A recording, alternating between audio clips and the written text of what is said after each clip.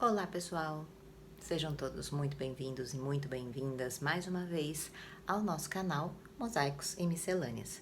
Meu nome é Daniela e estou aqui hoje para dar continuidade à leitura da saga de Percy Jackson e os Olimpianos, A Maldição do Titã.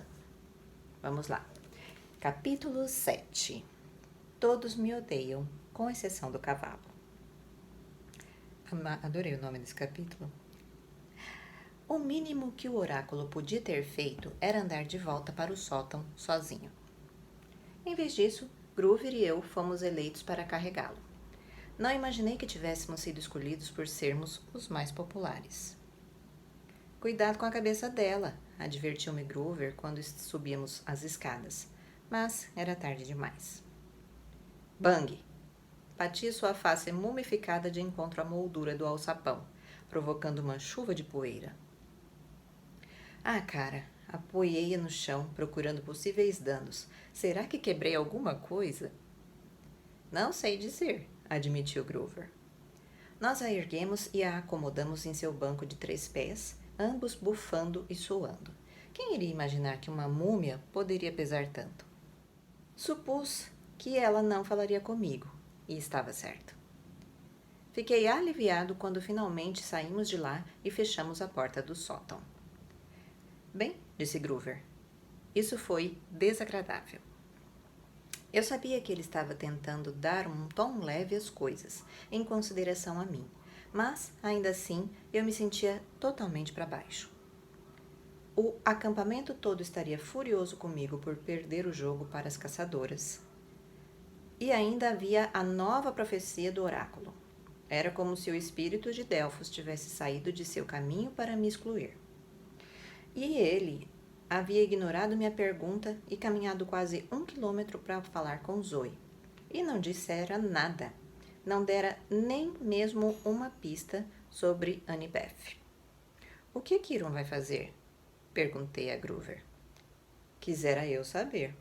Pela janela do 2º andar, ele olhou pensativo para as colinas onduladas cobertas de neve. Queria estar lá fora. Procurando Annabeth? Ele teve alguma dificuldade em se concentrar em mim. E então corou. Ah, certo. Isso também, é claro. Por quê? Perguntei. Em que você estava pensando? Ele bateu os cascos, inquieto. Em algo que o Manticore disse, sobre a grande comoção. Não posso deixar de me perguntar. Se todas aquelas forças antigas estiverem despertando, talvez, quem sabe nem todas, sejam do mal. Você se refere a Pan. Eu me senti um pouco egoísta, pois havia esquecido totalmente a ambição de vida de Groover. O deus da natureza estava desaparecido havia 2000 anos. Dizia-se que tinha morrido, mas os sátiros não acreditavam nisso, e estavam determinados a encontrá-lo. Haviam procurado em vão por séculos, e Groover estava convencido de que seria ele a obter sucesso. Esse ano, com Kiron colocando todos os sátiros em operação de emergência para encontrar meios-sangues, Groover não conseguira dar prosseguimento à sua busca. Ele deveria estar ficando louco com isso. Deixei a trilha esfriar, disse ele. Eu me sinto inquieto, como se estivéssemos deixando algo muito importante escapar. Ele está lá fora, em algum lugar. Posso sentir isso. Eu não sabia o que dizer. Queria incentivá-lo, mas não via como. Meu otimismo havia sido esmagado na neve lá no bosque, junto às nossas esperanças de vencer na captura da bandeira. Antes que eu pudesse responder, Thalia subiu pesadamente os degraus. Oficialmente, ela não estava falando comigo, mas olhou para Groover e disse: Diga a Percy para descer. Por quê? Perguntei. Ele disse alguma coisa? Thalia perguntou a Groover. Perguntou por quê. Dionísio está convocando um conselho com os líderes dos chalés para discutir a profecia, disse ela. Infelizmente, isso inclui o Percy. O conselho se reuniu em torno de uma mesa de ping-pong na sala de recreação. Dionísio acenava com a mão e fornecia os lanches, queijo cremoso, biscoitos e várias garrafas de vinho tinto. Então, Kiron lembrou-se de que o vinho ia contra suas restrições e que a maioria de nós era menor de idade. Sr. D suspirou. Estalando os dedos, transformou o vinho em Coca Diet, que ninguém tampouco bebeu. Sr. D e Kiron, com a cadeira de rodas, sentavam-se numa das extremidades da mesa. Zoe e Bianca D'Angelo, que havia se tornado uma espécie de assistente pessoal de Zoe, assumiram a outra ponta. Thalia, Groover e eu nos sentamos à direita, e os outros membros do conselho, Beckendorf, Silena Beauregard e os irmãos Stoll, à esquerda. Os filhos de Ares também deveriam ter mandado um representante, mas todos haviam quebrado alguma parte do corpo, acidentalmente, durante a captura da bandeira, como cortesia das caçadoras, e estavam descansando na enfermaria. Zoe deu início à reunião num tom categórico. Isto é inútil. Queijo cremoso, arquejou Groover, e começou a pegar biscoitos e bolas de ping-pong e a cobri-los com queijo. Não há tempo para conversa, continuou Zoe. Nossa deusa precisa de nós. As caçadoras devem partir imediatamente. E ir para onde? Perguntou Kiron. Para o oeste, respondeu Bianca. Fiquei impressionado com o quanto ela estava diferente após apenas alguns dias com as caçadoras. Seu cabelo escuro agora estava trançado como o de Zoe, de modo que dava para ver com clareza seu rosto. Tinha sardas salpicadas pelo nariz e os olhos escuros lembravam vagamente alguém famoso, mas eu não conseguia distinguir quem. Ela parecia estar se exercitando. Sua pele brilhava levemente, como a das outras caçadoras, como se tivesse se banhado em luar líquido. Você ouviu a profecia. A oeste, 5 buscarão a deusa acorrentada. Podemos reunir 5 caçadoras e partir. Isso, concordou Zoe. Ártemis está sendo mantida como refém. Devemos encontrá-la e libertá-la. Está se esquecendo de algo, como sempre, observou Thalia. Campistas e caçadoras juntos brilham. Devemos fazer isso juntos. Não, disse Zoe. As caçadoras não precisam da vossa ajuda.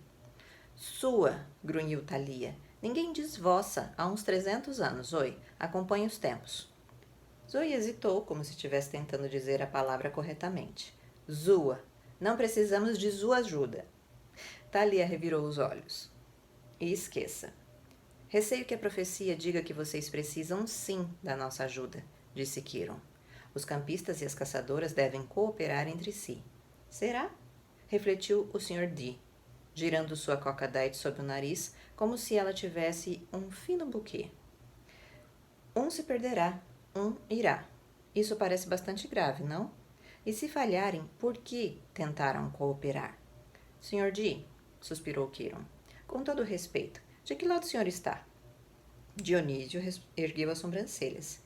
Desculpe, meu querido centauro, só estava tentando ajudar. Devemos trabalhar juntos, disse Thalia, insistente. Tampouco a mim isso agrada, Zoe, mas você conhece as profecias. Quer lutar contra uma? Zoe fez uma careta, mas dava para ver que Thalia havia marcado um ponto. Não devemos nos demorar, advertiu Kiron. Hoje é domingo. Na próxima sexta-feira, dia 21 de dezembro, é solstício de inverno. Ah, que alegria, murmurou Dionísio. Mais uma tediosa reunião anual. Ártemis deve estar presente no solstício, disse Zoe. Ela tem sido uma das mais ativas nas discussões do Conselho para definir uma ação contra os lacaios de Cronos. Se estiver ausente, os deuses não decidirão nada. Vamos perder mais um ano de preparativos para a guerra. Você está sugerindo que os deuses têm problemas para agir em conjunto, minha jovem? Perguntou Dionísio. Sim, senhor Dionísio. O Sr. D assentiu. Só estava confirmando. Tem razão, é claro. Prossigam. Eu devo concordar com Zoe, disse Kiron. A presença de Ártemis no Conselho de Inverno é crucial. Temos apenas uma semana para encontrá-la. E, possivelmente, o que é mais importante, localizar o monstro que ela estava caçando. Agora precisamos decidir quem irá nesta busca. 3 e 2, disse eu. Todos olharam para mim. Thalia até se esqueceu de me ignorar. Devemos ser 5, disse eu, acanhado. 3 caçadoras, 2 do acampamento meio-sangue. Isso é mais do que justo. Thalia e Zoe trocaram olhares. É, disse Thalia. Faz sentido. Zoe grunhiu. Eu preferiria levar todas as caçadoras. Vamos precisar da força dos números. Vocês vão refazer o caminho da deusa, lembrou-lhes Quiron, movendo-se com rapidez. Não havia dúvida de que Ártemis rastreou o cheiro desse monstro raro, qualquer que seja ele, à medida que seguia para o oeste. Vocês terão que fazer o mesmo. A profecia foi clara. A desgraça do Olimpo aponta a trilha. O que sua senhora diria? Muitas caçadoras interferem no cheiro. O melhor é um grupo pequeno. Zoe pegou uma raquete de ping-pong e a estudou como se estivesse tentando se decidir em quem bateria primeiro.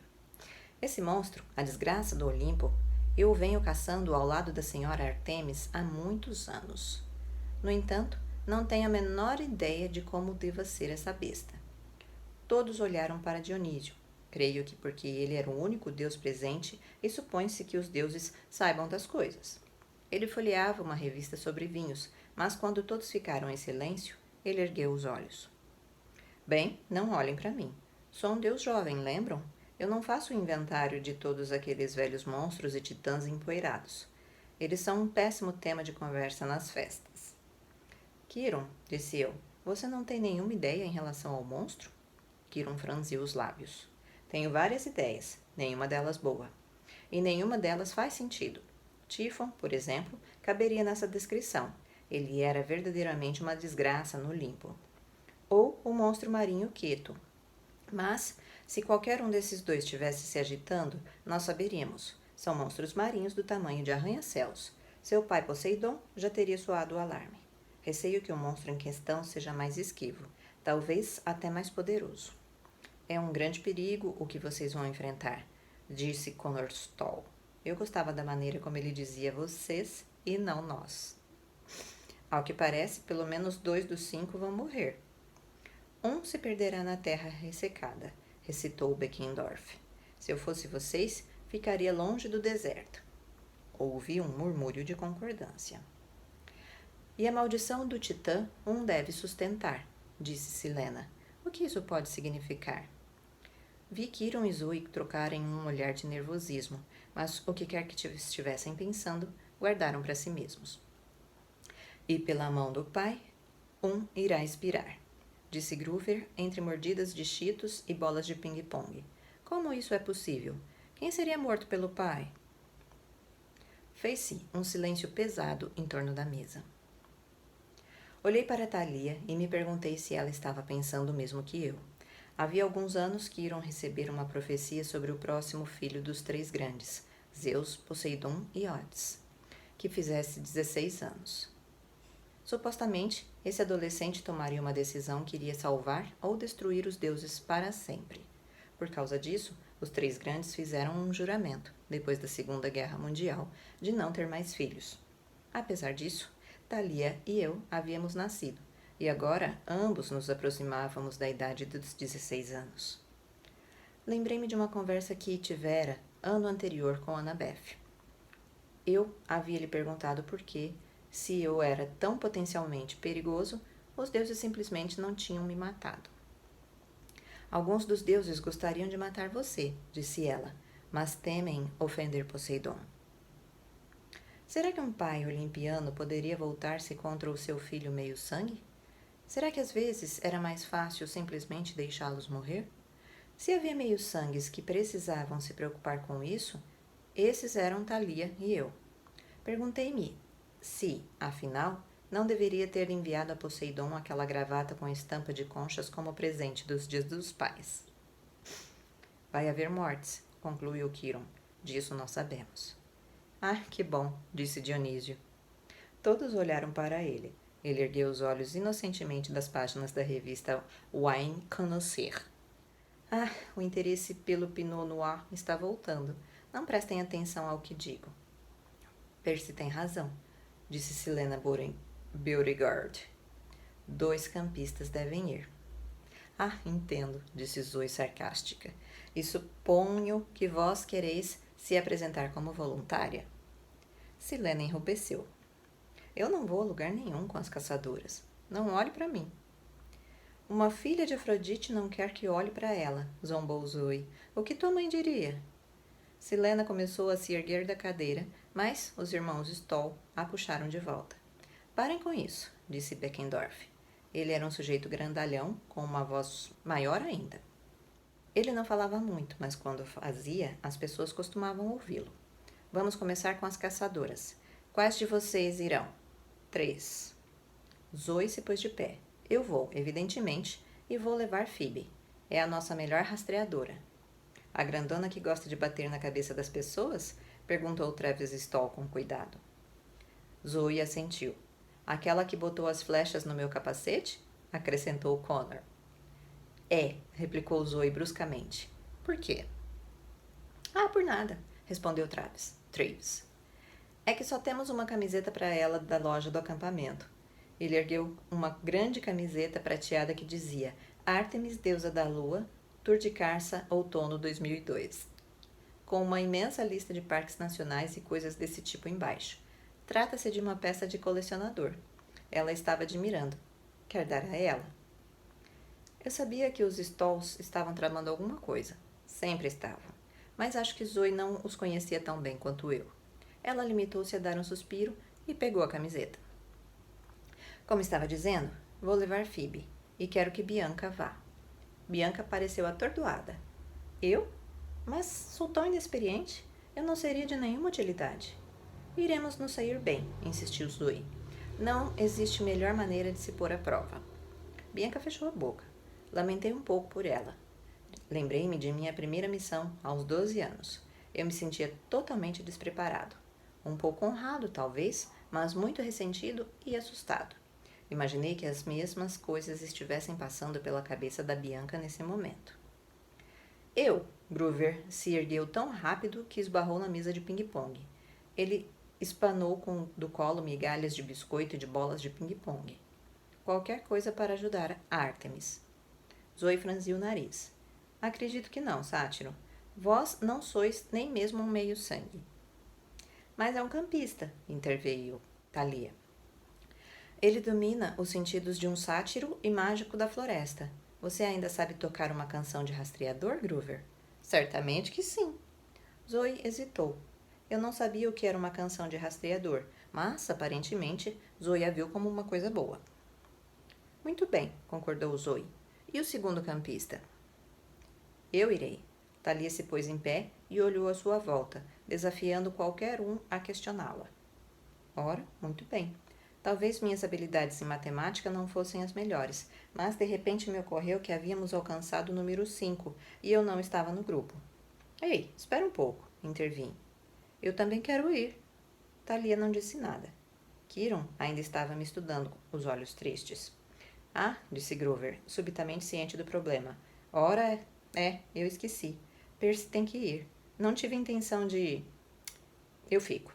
Percy deve ir no meu lugar. Ele não pode, disse Zoe. É um garoto. As caçadoras não vão viajar com um garoto. Vocês vieram até aqui comigo, lembrei-lhe. Aquilo foi uma emergência rápida e foi ordenada pela deusa. Eu não vou atravessar o país e lutar contra muitos perigos na companhia de um garoto. E quanto a Groover? Perguntei. Zoe sacudiu a cabeça. Ele não conta, é um sátiro. Tecnicamente, não é um garoto. Ei, protestou Groover. Eu tenho que ir, afirmei. Preciso fazer parte da busca. Por quê? Perguntou Zoe. Por causa de tua amiga Annabeth? Eu me senti corar. Odiei o fato de estarem todos olhando para mim. Não, quer dizer, em parte, mas eu sinto que devo ir. Ninguém saiu em minha defesa. O Sr. Dee parecia entediado, ainda lendo sua revista. Silena, com os irmãos Troll e Beckendorf, olhavam para a mesa. Bianca me lançou o olhar de pena. Não, disse Zoe, impassível. Eu insisto nesse ponto. Levo um sátiro se for preciso, mas não um herói do sexo masculino. Kiron suspirou. A busca é por Artemis. As caçadoras devem poder aprovar seus companheiros. Meus ouvidos zumbiam quando me sentei. Sabia que Groover e alguns dos outros me olhavam solidariamente, mas eu não podia encará-los. Simplesmente fiquei ali sentado enquanto Kiron concluía o conselho. Que seja assim, disse ele. Thalia e Groover acompanham Zoe, Bianca e Phoebe. Vocês devem partir à primeira luz da manhã, e que os deuses, ele olhou para Dionísio, o presente incluído, estejam com vocês. Eu não apareci para o jantar naquela noite, o que foi um erro, pois Kiron e Groover vieram à minha procura. Percy, eu sinto muito, disse Groover, sentando-se ao meu lado no beliche. Eu não sabia que você... Sinceramente. Ele começou a fungar e eu deduzi que, se não o animasse, ele ou começaria a balir ou a mastigar meu colchão. Ele costumava comer objetos domésticos sempre que ficava aborrecido. Está tudo bem, menti. É sério, está tudo certo. O lábio inferior de Groover tremia. Eu nem pensei. Estava tão concentrada em ajudar Artemis, mas prometo que vou procurar a Annabeth por toda parte. Se puder encontrá-la, encontrarei. Assenti e tentei ignorar a grande cratera que se abria em meu peito. Groover, disse Kiron, você me permitiria uma palavrinha com o Percy? Claro, fungou ele. Kiron esperou. Ah, disse Groover, você quis dizer sozinho. É claro, Kiron. Ele me olhou, infeliz. Vê? Ninguém precisa de um bode. Ele saiu trotando do quarto, assoando o nariz na manga da roupa. Kiron suspirou e ajoelhou-se em suas patas equinas. Percy, eu não tenho a pretensão de compreender profecias. Sim, disse eu. Bem, talvez seja porque elas não fazem sentido. Kiron olhou para a fonte de água salgada que gorgolejava no canto do quarto. Thalia não seria minha primeira escolha para ir nessa busca. Ela é impetuosa demais. Age sem pensar. É muito segura de si. Você teria me escolhido? Sinceramente, não, disse ele. Você e Thalia são muito parecidos. Muito obrigado. Ele sorriu. A diferença é que você é menos seguro de si do que ela. Isso pode ser bom ou mal, mas uma coisa eu posso dizer. Vocês dois juntos representariam um perigo. Nós conseguiríamos contorná-lo. Do jeito que contornou no riacho essa noite? Não respondi. Ele havia me pegado. Talvez seja melhor assim, ponderou Kiron. Você pode ir para casa passar os feriados com sua mãe. Se precisarmos de você, temos como chamá-lo. É, eu disse. Talvez. Puxei contra a corrente do bolso e a coloquei sobre a mesa de cabeceira. Não parecia que eu fosse usá-la tão cedo para outra coisa que não escrever cartões de Natal. Quando viu a caneta, Kiron fez uma careta. Não é de estranhar que Zoe não o queria por perto, suponho. Não enquanto carrega essa arma específica. Não entendi o que quis dizer Kiron. Então lembrei-me de algo que ele me dissera fazia muito tempo, quando me dera a espada mágica. Ela tem uma história longa e trágica, sobre a qual não precisamos falar. Eu queria perguntar sobre isso, mas ele tirou um dracma de ouro de seu alforje e o atirou para mim. Telefone para sua mãe, Percy. Diga para ela que estará indo para casa amanhã de manhã. Você quer saber? Eu quase me apresentei como voluntário para essa busca. Eu teria ido, não fosse pelo último verso. E pela mão do Pai, um irá expirar. Claro. Eu não precisava perguntar. Sabia que o pai de Kiron era Cronos, o maléfico senhor dos titãs. O verso fazia sentido perfeitamente se Kiron participasse da busca. Cronos não ligava para ninguém, nem para os próprios filhos. Kiron, disse eu, você sabe que maldição do titã é essa, não sabe? O rosto dele tornou-se sombrio. Ele fez uma garra com o seu coração e afastou, um gesto antigo para precaver-se contra o mal. Vamos torcer para que a profecia não signifique o que eu penso. Agora, boa noite, Percy. Sua vez chegará. Estou convencido disso. Não precisa se apressar. Ele disse que sua vez, da mesma forma que as pessoas falam quando querem dizer sua morte. Não sei se Kiron teve essa intenção, mas a expressão em seus olhos me fez ter medo de perguntar. Fiquei em pé, diante da fonte de água do mar, esfregando a moeda de Kiron em minha mão e tentando imaginar o que dizer à minha mãe. Eu realmente não estava a fim de ter mais um adulto me dizendo que não fazer nada era o melhor que eu podia fazer, mas imaginei que minha mãe merecesse ficar informada. Por fim, respirei fundo e atirei a moeda na fonte. Ó deusa, aceite a minha oferenda. A névoa tremeluziu. A luz vinda do banheiro era suficiente para criar um tênue arco-íris. Mostre Sally Jackson, eu disse. Upper East Side, Manhattan. E, no meio da névoa, apareceu uma cena que eu não esperava. Minha mãe estava sentada à mesa de nossa cozinha com um cara. Eles estavam rindo histericamente. Havia uma grande pilha de livros entre os dois. O homem tinha, não sei, uns 30 e poucos anos, com os cabelos meio compridos grisalhos e usava um casaco marrom sobre uma camiseta preta. Parecia um ator, um cara que pudesse fazer o papel de um policial disfarçado na TV. Eu estava perplexo demais para dizer alguma coisa e, felizmente, minha mãe e o cara estavam ocupados demais rindo para perceber minha mensagem de íris. Sally, você é uma figura, disse o cara. Quer mais um pouco de vinho? Ah, eu não devo. Mas vai adiante se quiser. Na verdade, eu preferiria usar o banheiro. Posso? No corredor, disse ela, tentando não rir. O cara de ator sorriu, levantou-se e saiu. Mamãe, chamei. Ela deu um pulo tão grande que quase derrubou os livros da mesa. Finalmente focalizou os olhos em mim. Percy, ai querido, está tudo bem? O que você está fazendo? Perguntei. Ela piscou. Dever de casa. Então, pareceu compreender a expressão que eu tinha no rosto. Ah, querido, esse é só o Paul. Sr. Bloffs. Ele está no meu seminário de criação literária. Sr. Bloffs? Bloffs. Ele estará de volta em 1 minuto, Percy. Diga, qual é o problema? Ela sempre sabia quando alguma coisa estava errada. Contei sobre Annabeth. As outras coisas também, mas basicamente tudo se resumia a Annabeth. Os olhos de minha mãe se encheram de lágrimas. Dava para ver que ela estava tentando se segurar para me poupar. Ah, Percy. Aí eles me disseram que não há nada que eu possa fazer. Acho que vou para casa. Ela girou o lápis entre os dedos. Percy, por mais que eu queira que você venha para casa, suspirou, como se estivesse com raiva de si mesma. Por mais que eu queira vê-la em segurança, quero que você compreenda uma coisa. Você precisa fazer o que acredita que tem que fazer. Fiquei olhando para ela. O que você quer dizer? Bem, você, lá no fundo, acredita de verdade que precisa ajudar a salvá-la? Acha que é o correto a fazer? Porque eu sei uma coisa sobre você, Percy. Seu coração está sempre no lugar certo. Ouça-o. Você está me dizendo para ir? Minha mãe contraiu os lábios. Estou dizendo que você está ficando muito grande para eu lhe dizer o que fazer. Estou dizendo que estarei do seu lado, mesmo que o que você decidir seja perigoso. Não posso acreditar que esteja dizendo isso. Mãe, a descarga soou no banheiro do nosso apartamento. Não tenho muito tempo, disse mamãe.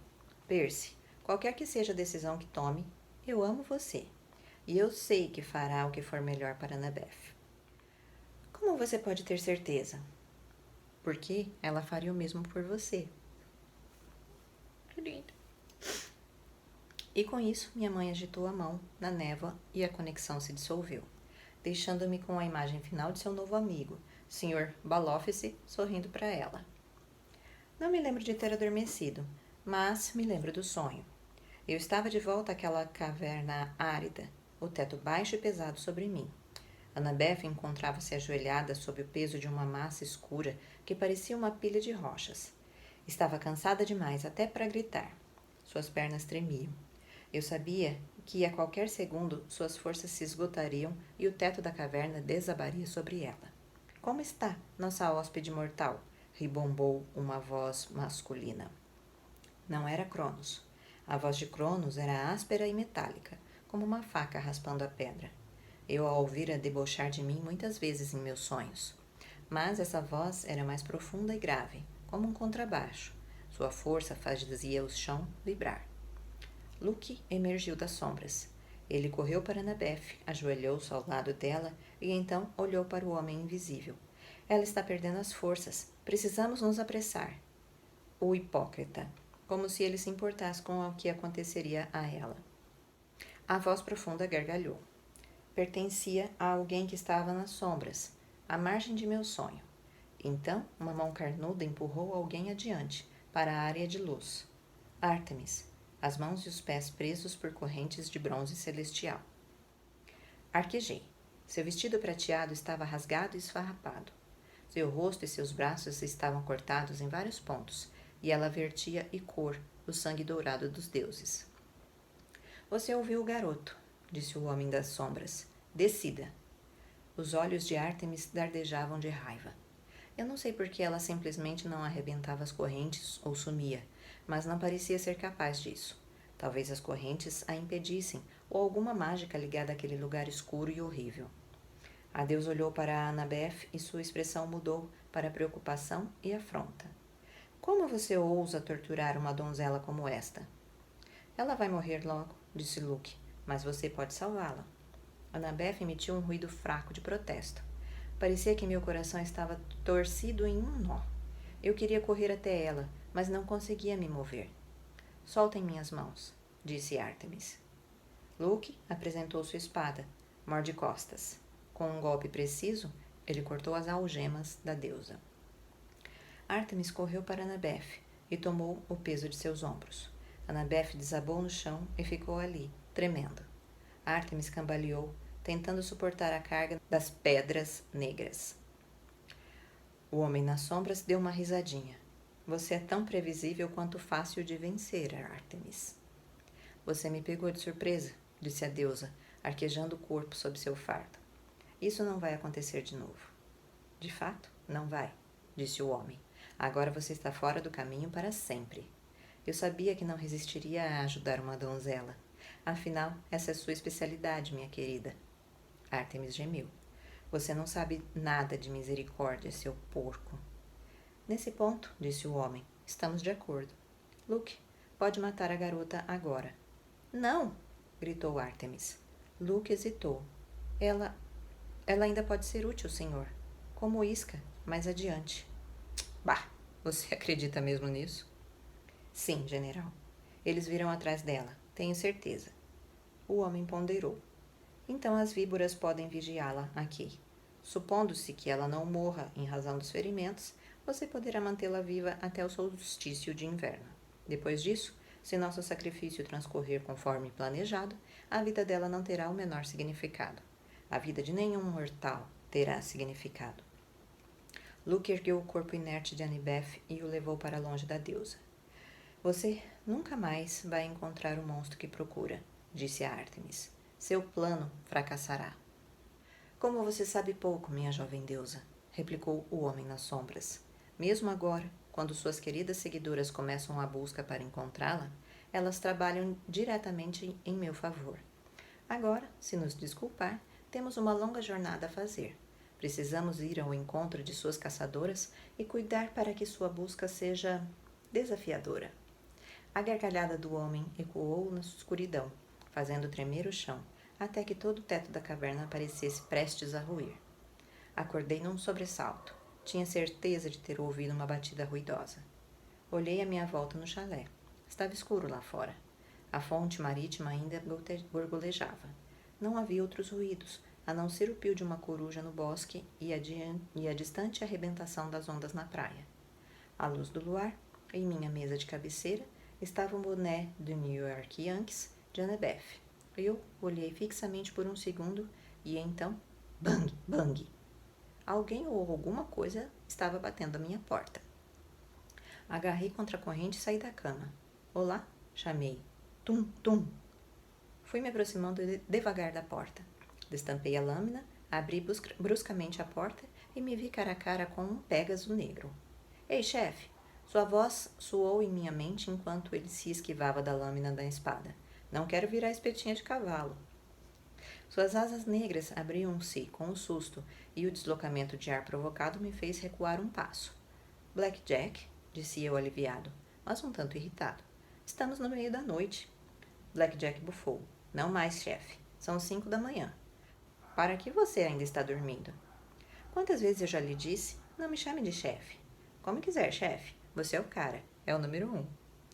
Esfreguei os olhos para me livrar do sono e tentei não deixar o Pégaso ler meus pensamentos. Esse é o problema de ser filho de Poseidon. Como ele criava cavalos da espuma do mar, posso entender a maior parte dos animais equestres. No entanto, eles também podem me entender. Às vezes, como no caso do Black Jack, eles mais ou menos me adotam. Veja, Black Jack foi prisioneiro a bordo do navio de Luke no último verão, até criarmos uma pequena confusão que lhe permitiu escapar.